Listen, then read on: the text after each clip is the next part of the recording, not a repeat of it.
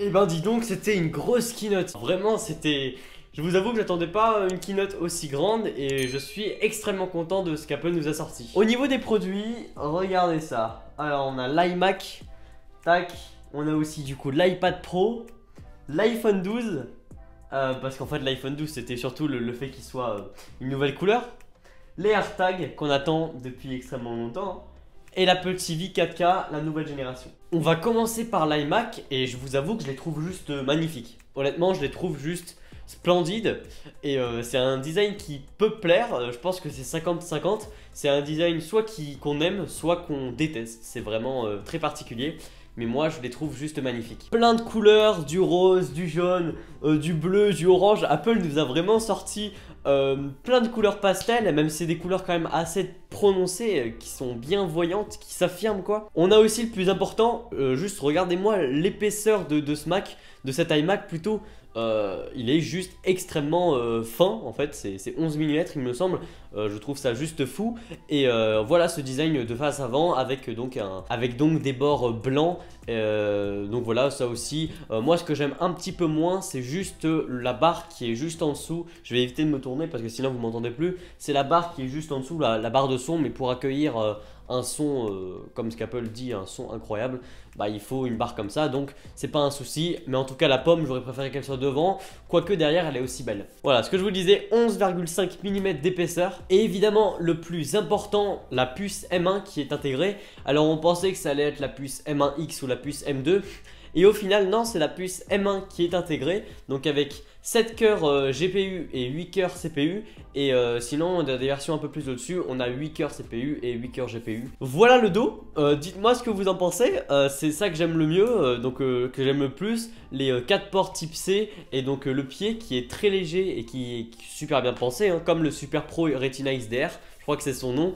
vraiment c'est un design très ressemblant mais avec plus de couleurs, donc plus de fantaisie. On a donc aussi un écran de 4,5K. Pas 4,5 pouces hein, mais de 4,5K, un écran donc qui est sublime, enfin en tout cas d'après Apple.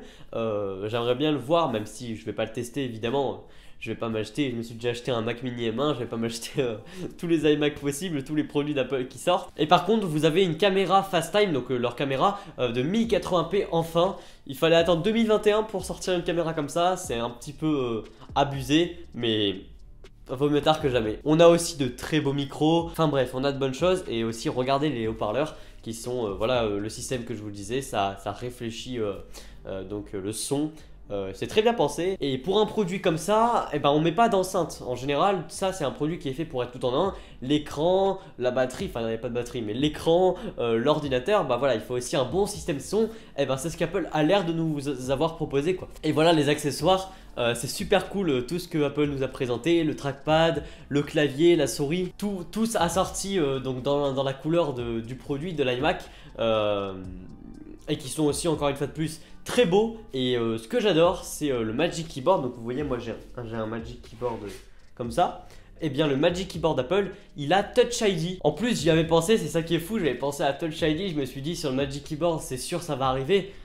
Et au final c'est arrivé. Et c'est super bien qu'Apple ait mis ça sur leurs produits quoi. Surtout sur leur clavier, même si malheureusement il n'est pas vendu à part.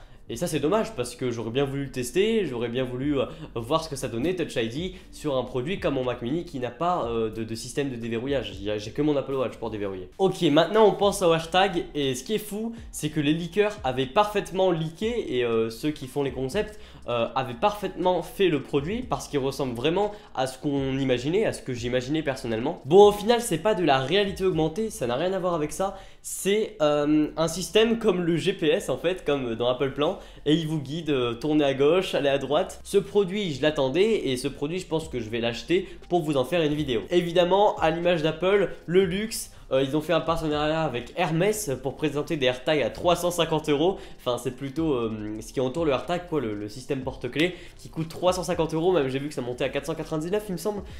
Voilà, c'est cher, c'est le luxe, c'est Apple, mais c'est un très beau produit et en plus on peut graver gratuitement ce qu'on veut dessus. Pour un produit qui est si personnel, c'est super. Alors évidemment, en plus du système GPS, il y a aussi le système son, donc c'est-à-dire qu'on a le même son, je suppose, que quand on perd nos produits, c'est-à-dire, je vais pas vous le faire, mais il y a l'iPhone qui me filme, mais voilà, c'est le son que vous entendez en fond comme ça, et donc il aura le même bruit. Voilà, on a vraiment un type GPS, et c'est super intelligent comme technique, même si la réalité augmentée aurait été cool, mais peut-être moins pratique au final. Donc les AirTags ont plus d'1 an d'autonomie d'après Apple, et on peut, d'après Apple encore une fois, changer sa batterie facilement. Donc ouais, j'ai pas vu de système de charge, je pensais à un système comme MagSafe, enfin plutôt le système des Apple Watch.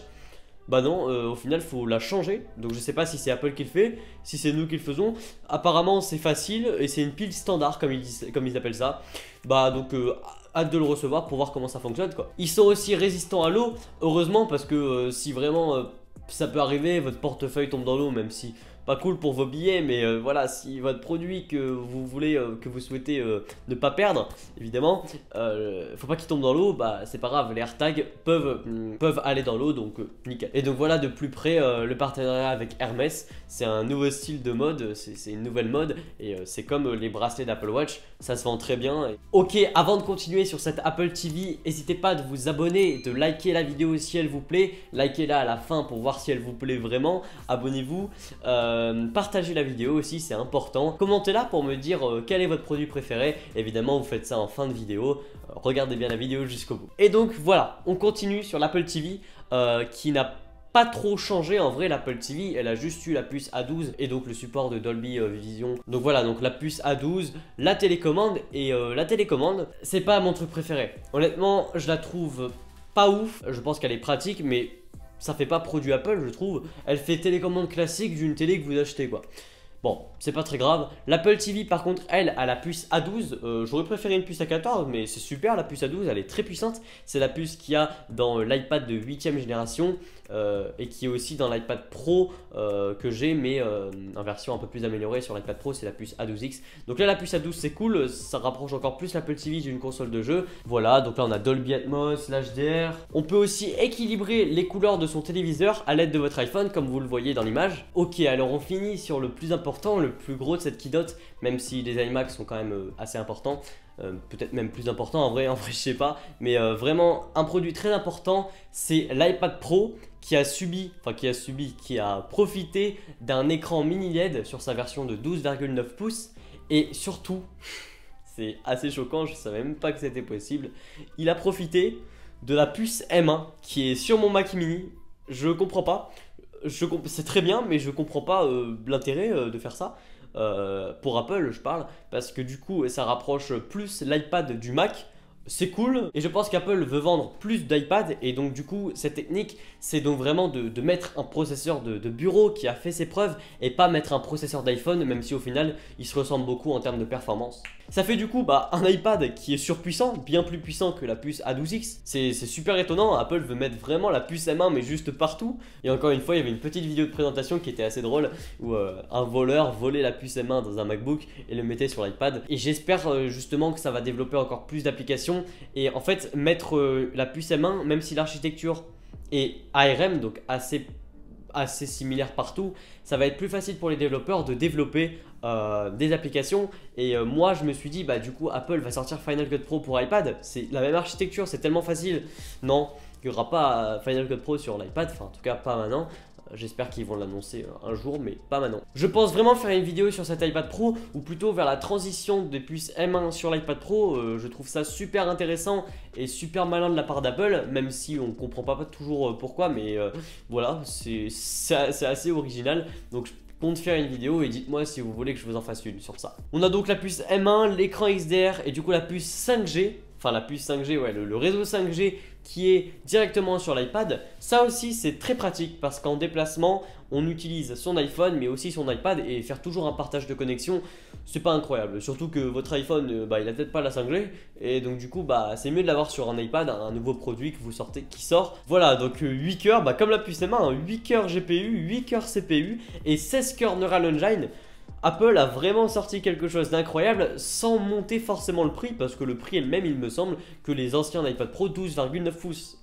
C'est fou. On a donc son écran mini LED bien plus puissant, bien plus lumineux et avec des couleurs vraiment éclatantes. Et en plus, la dalle couvre la gamme P3. Donc la gamme P3, c'est la gamme des couleurs qui permet d'assurer vraiment des couleurs partout et plus de couleurs, c'est surtout ça en fait. Voilà le mini LED si vous voulez savoir à quoi ça ressemble et qu'est-ce que c'est quoi. Ils ont aussi amélioré les caméras, même si je pense toujours que les caméras c'est pas le plus important sur un iPad, mais au final je me rends compte que l'iPad c'est un outil de productivité qui commence de plus en plus à être polyvalent, et pourquoi pas remplacer la caméra de nos iPhones pour faire plus qu'un en fait. Vraiment monter, tourner, capturer le son, monter les vidéos, même si capturer le son ça va être un peu compliqué, monter les vidéos, tout ça directement sur l'iPad Pro, c'est pas mal. Mais il y a encore des progrès à faire évidemment, mais Apple c'est cool qui se lance là-dedans quoi. Et voilà, le Magic Keyboard est d'ailleurs disponible en 2 coloris. Ça c'est super cool parce que le Magic Keyboard, je vais vous montrer. Le Magic Keyboard en noir j'aimais bien, mais en blanc bah ça me rappelle du coup la couleur de mon clavier. Et donc voilà, n'hésitez pas de me dire ce que vous pensez de cette vidéo et surtout des grosses annonces d'Apple. Likez-la, partagez-la, abonnez-vous et moi je vous dis à la prochaine pour une nouvelle vidéo. Allez, salut!